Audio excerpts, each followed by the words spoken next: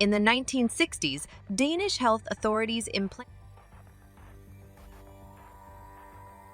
Former President Donald Trump is on trial in New York for a civil fraud case that could cost him control of some of his most prized properties. The New York Attorney General, Letitia James, has accused Trump of using false and misleading financial statements from 2011 to 2021 to make himself and his businesses wealthier, helping him broker deals and obtain financing.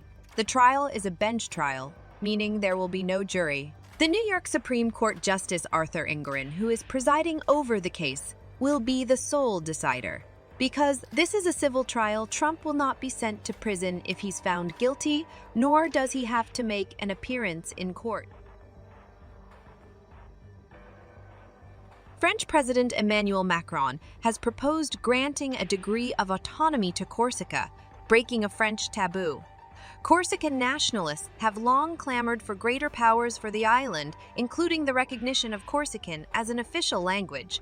Macron's decision to endorse autonomy signals an extremely significant development in the Corsican standoff, said John Loughlin, a research fellow at Blackfriars Hall, Oxford, and an expert in French regional politics. The president set a 6-month deadline for Corsican political parties to agree with his government on a proposed revision to the constitution enshrining the island's status, which would then be examined by Parliament in Paris.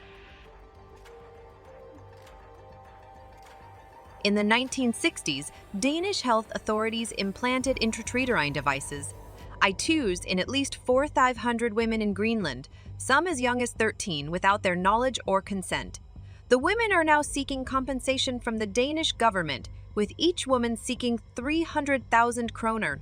Greenland was a Danish colony until 1953, and the campaign was intended to limit birth rates among the indigenous population.